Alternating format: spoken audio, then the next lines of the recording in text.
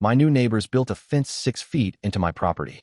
The 100-year-old document I found in my attic changed the entire neighborhood.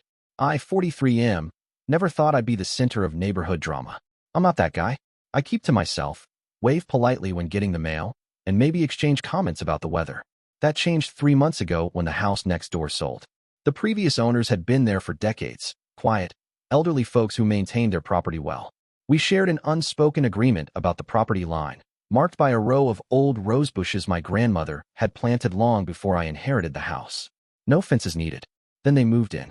The moving trucks arrived on a Saturday. I brought over a welcome basket.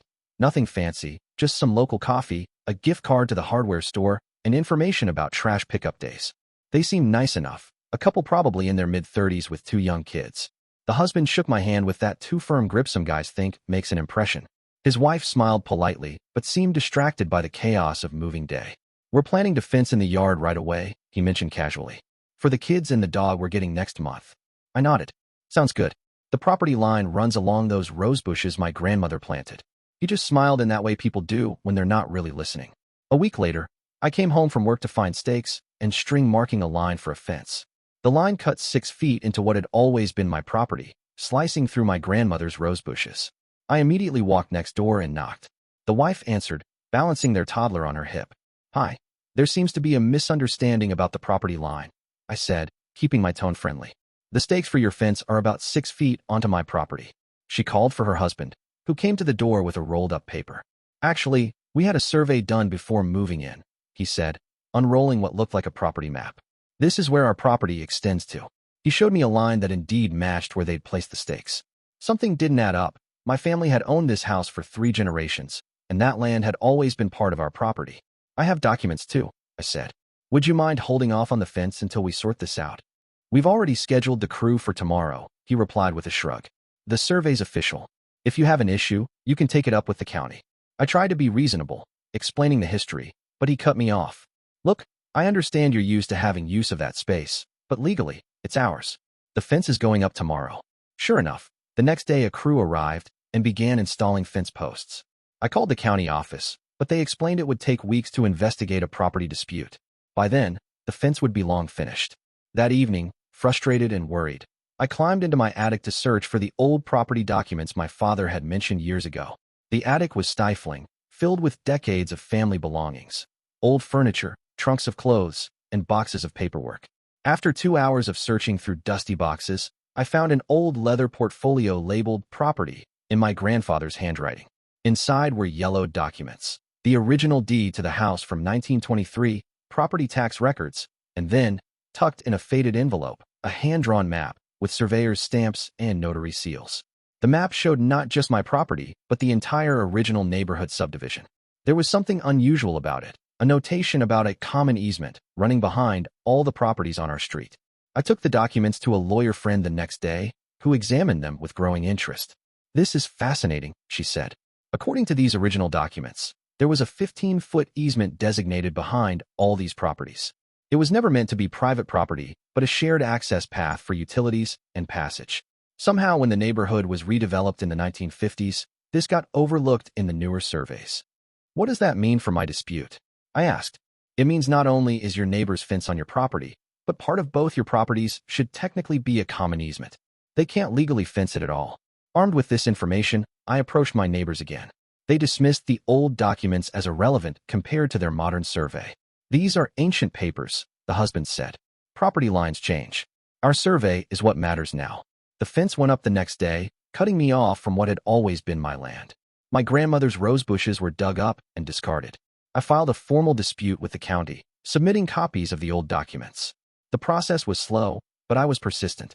3 weeks later, a county surveyor and a representative from the Historical Property Office came out to examine both properties. The documents I'd found weren't just historically interesting, they were legally binding. The county had never officially changed the easement designation. When the properties were resurveyed in the 1950s, someone had simply made a mistake, and that error had been carried forward in subsequent surveys. My neighbors were furious when they received the official notice. The husband came to my door that evening. This is ridiculous, he said. We paid for that land. We built a fence. We had a survey.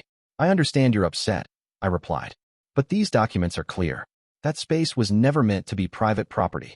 "We'll fight this," he threatened. "You have no idea who you're dealing with." Word spread through the neighborhood.